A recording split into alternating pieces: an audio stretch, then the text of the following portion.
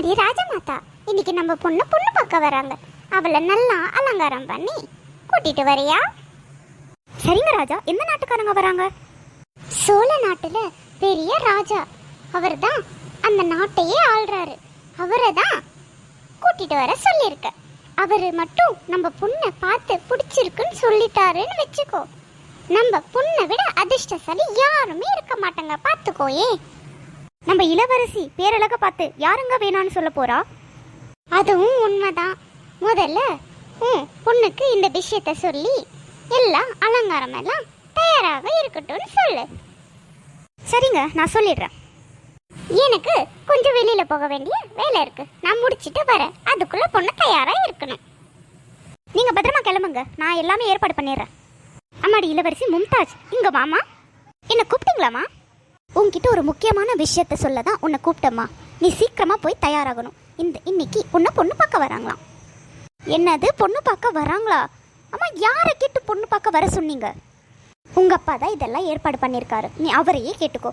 இப்போ அவர் சொன்ன மாதிரி நீ போய் தயாராகு, அவ்வளோதான் உன்னுடைய வேலை. எனக்கு இதெல்லாம் கொஞ்சம் கூட பிடிக்கலம்மா. எனக்கு இன்னும் வாழ்க்கையை இன்னும் வாழவே ஆரம்பிக்கலை. அதுக்குள்ளே நீங்கள் எனக்கு கல்யாணம் பண்ண போகிறீங்க. எனக்கு இந்த நாட்டை விட்டு வேறு நாட்டுக்கு போக பிடிக்கவே இல்லை. அதுக்காக எப்போவுமே இப்படியே இருந்துட முடியாது இளவரசி.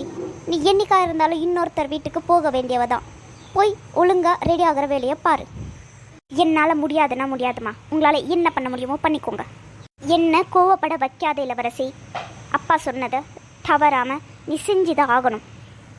உன்னை பொண்ணு தான் பார்க்க வராங்களே தவிர கல்யாணம் நிச்சயம் பண்ண கிடையாது. போய் தயாராக இரு. அவங்க உன்னை பிடிச்சிருக்குன்னு சொன்னால் மட்டும்தான் கல்யாணம், புரியுதா? நீங்கள் பண்ணுறதெல்லாம் எனக்கு சுத்தமாக பிடிக்கல. நான் இப்போவே என் ரூமுக்கு போகிறேன். என்னால் தாங்கிக்கவே முடியல. இவ்வளோ நாளாக நான் காதலிச்ச சுல்தானை விட்டுட்டு வேறு யாரையும் என்னால் கல்யாணம் பண்ணிக்கிட்டு போக முடியாது. இதை நான் எப்படி இங்கே சொல்லுவேன்? யார்கிட்டையாவது சொன்னால் ஒரு வேலைக்காரனை போய் இளவரசி நீ காதலிக்கிற அப்படின்னு என்னதான் தப்பாக பேசுவாங்க. இதெல்லாம் தாங்கிக்கவே முடியல என்னால். அம்மா, உங்களுடைய காஃபி எடுத்துகிட்டு வந்திருக்கேன், அங்கே வச்சுட்டு கிளம்பு. ஏம்மா சோகமாக இருக்கீங்க? அதெல்லாம் உங்ககிட்ட சொல்லணும்னு அவசியம் இல்லை, கிளம்புன்னு சொல்லிட்டேன். நீங்கள் கோச்சிக்கிட்டா என் மனசு ரொம்ப கஷ்டப்படுதுமா.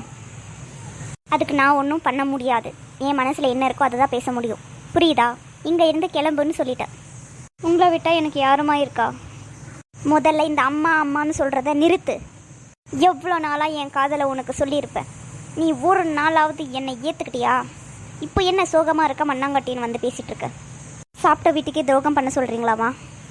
அதனால தான் வச்சுட்டு கிளம்புன்னு சொன்னேன். இப்போ என்ன நடந்துருச்சுன்னு இப்படி பேசுகிறீங்கம்மா? இன்னும் என்ன நடக்கணும்? எவனோ ஒருத்தன் என்னை பொண்ணு பார்க்க வந்துட்டான். இன்னும் 2-3 சம்பந்தம் பார்த்து என்னை துரத்திடுவாங்க. நான் என்ன பண்ணணும் சொல்லு? என்னம்மா பண்ண முடியும்? என்னைக்கா இருந்தாலும் நீங்கள் இன்னொருத்தர் வீட்டுக்கு போகிறவங்க தானே. உனக்கு இப்போ புரியாதுடா மவனே. எனக்கு நிச்சயதார்த்தம், எனக்கு கல்யாணம் எல்லாமே நடக்கும்ல உன் கண்ணு முன்னாடியே. அன்னைக்கு உனக்கு புரியும். நீங்கள் என்னதான் சொன்னாலும் உங்களை என்னால் அப்படி பார்க்க முடியலம்மா. என் மனசில் ஒரு துளி கூட உங்கள் மேலே காதலோ எதுவுமே கிடையாதும்மா. நீங்கள் தப்பாக புரிஞ்சுக்கிட்டா அதுக்கு நான் ஒன்றும் பண்ண முடியாதும்மா. நீங்கள் வீட்டில் யாரை பார்க்குறாங்களோ அவங்களையே கல்யாணம் பண்ணிக்கோங்கம்மா. நான் வரேம்மா. ஏன் முடிவையும் கேட்டுக்கிட்டே போ. நாளைக்கு எனக்கு கல்யாணம்னா இன்றைக்கி என் உயிர் என்கிட்ட இருக்காது. அதை மனசில் வச்சுக்கிட்டு கிளம்பு. என்னை தர்ம சங்கடத்தில் ஆளாக்காதீங்கம்மா. ஆமாம், இவர் பெரிய தியாகி. இவரை பெரிய தர்ம சங்கடத்தில் நான் ஆளாக்கிட்டேன். இப்போ என்ன தான் உன் முடிவு? அதை மட்டும் பேசு. உங்கள் தகுதி என்ன, என்னுடைய தகுதி என்னம்மா? நானும் இந்த வீட்டில் வேலை செய்கிற சாதாரண ஒரு பிச்சைக்காரன் நிலைமையில் இருக்கிற ஒரு வேலைக்காரன். என்ன கல்யாணம் பண்ணிக்கிறதுக்கு உங்களுக்கு என்னம்மா தகுதி இருக்குது? உங்களை கல்யாணம் பண்ணிக்கிறதுக்கு எனக்கு என்னம்மா தகுதி இருக்குது? இதையெல்லாம் நீங்கள் யோசிக்காமல் பேசுகிறீங்களேம்மா. எல்லாருமே மனுஷங்க தான். ஏன் எனக்கு உன் மேலே காதல் வரணும்? கடவுள் உனக்கும் எனக்கு தான் முடிச்சு போட்டிருக்காரு. அது யாராலையுமே அவுக்க முடியாது.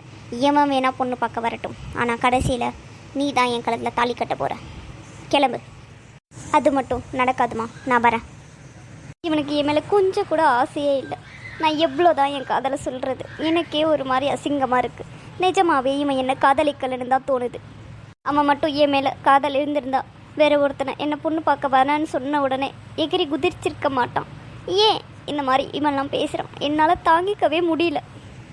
இளவரசி மும்தாஜ், தயாராயிட்டியா? அவங்க இன்னும் 10 நிமிஷத்தில் வரப்போகிறாங்க. என்னால் சோகமாக அள்ளக்கூட முடியல இந்த அம்மாவால்.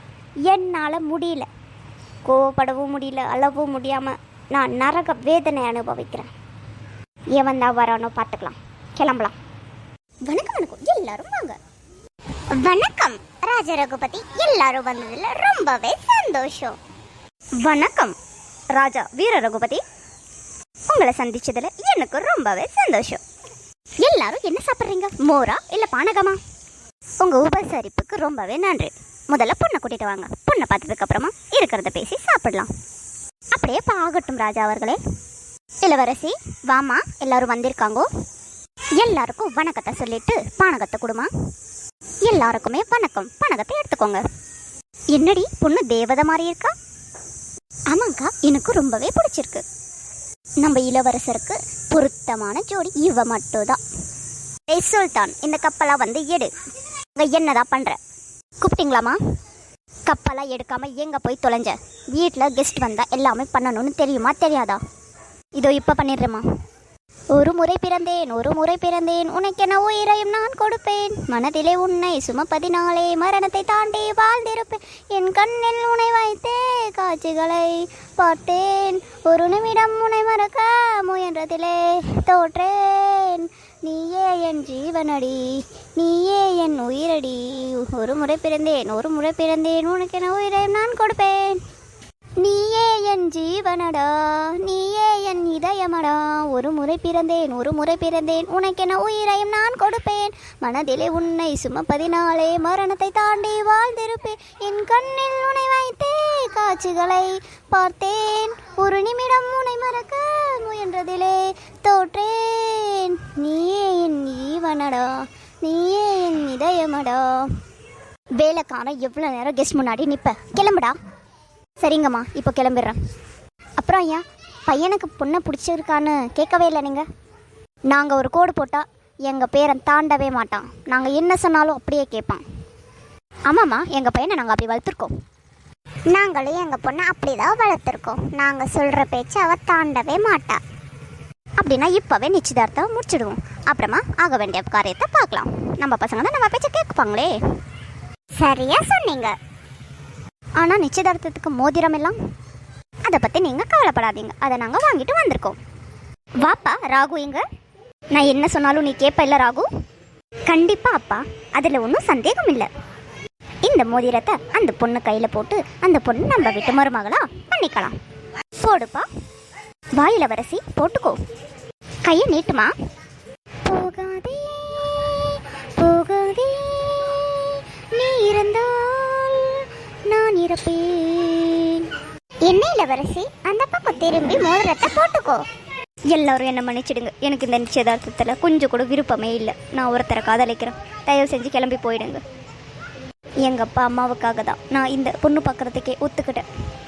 என்ன ராஜா, எங்களை கூப்பிட்டு உங்கள் பொண்ணை வச்சு எங்கள் எல்லாரையுமே அவமானப்படுத்துறீங்களா? இளவரசி என்ன இதெல்லாம், இளவரசி என்ன இதெல்லாம். என்ன மன்னிச்சிடுங்கப்பா. என் பொண்ணு பண்ணதுக்கு நான் உங்ககிட்ட மன்னிப்பு கேட்டுக்கிறேன் ஐயா.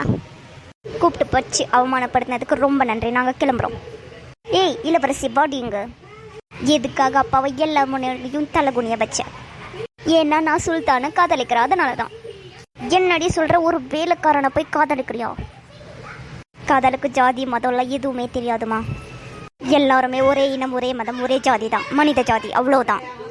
இந்த மாதிரி எங்க மானத்தை வாங்கறதுக்கு நீ வீட்டை விட்டு வெளியே போயிடு இளவரசி. இந்த மாதிரி ஒரு பொண்ணு எங்களுக்கு பிறக்கவே இல்லைன்னு நினச்சிக்கிறோம். இவ்வளோ பொண்ணா பொத்ததுக்கு நான் செத்துடுறேங்க, அப்போ தான் என்னோட அருமை அவளுக்கு புரியும். இந்த நாட்டோட ஜாதி மதம் இனம் அந்த மரியாதை எல்லாம் இவளுக்கு புரியும். டேய் சுல்தான், இங்க பாடா. சொல்லுங்கய்யா. உண்ட வீட்டுக்கு துரோகம் பண்ணிட்டல, வீட்டை விட்டு வெளியே போட நாயே. உன்னை என் ஆளுங்க வச்சு கொள்றதுக்கு எனக்கு ஒரு செகண்ட் பத்தாது. ஆனா ஒருத்தரை கொல்ற பாவம் எனக்கு தேவையில்லை. நான் என்றைக்குமே உங்களுக்கு துரோகம் பண்ணணும்னு நினைக்கலங்க ஐயா, நான் வெளியில் போகிறேன். இனிமே இவ வீட்டை விட்டு வெளி எங்கேயுமே போகக்கூடாது. எந்த வேலைக்காரங்களும் இவ கூட பேசக்கூடாது. ரூம் விட்டா எங்கேயுமே இவ போகக்கூடாது. இவளுக்கு நாளைக்கே ஒரு சம்மந்தத்தை பார்த்து நான் கல்யாணம் பண்ணி வைக்கிறேன்.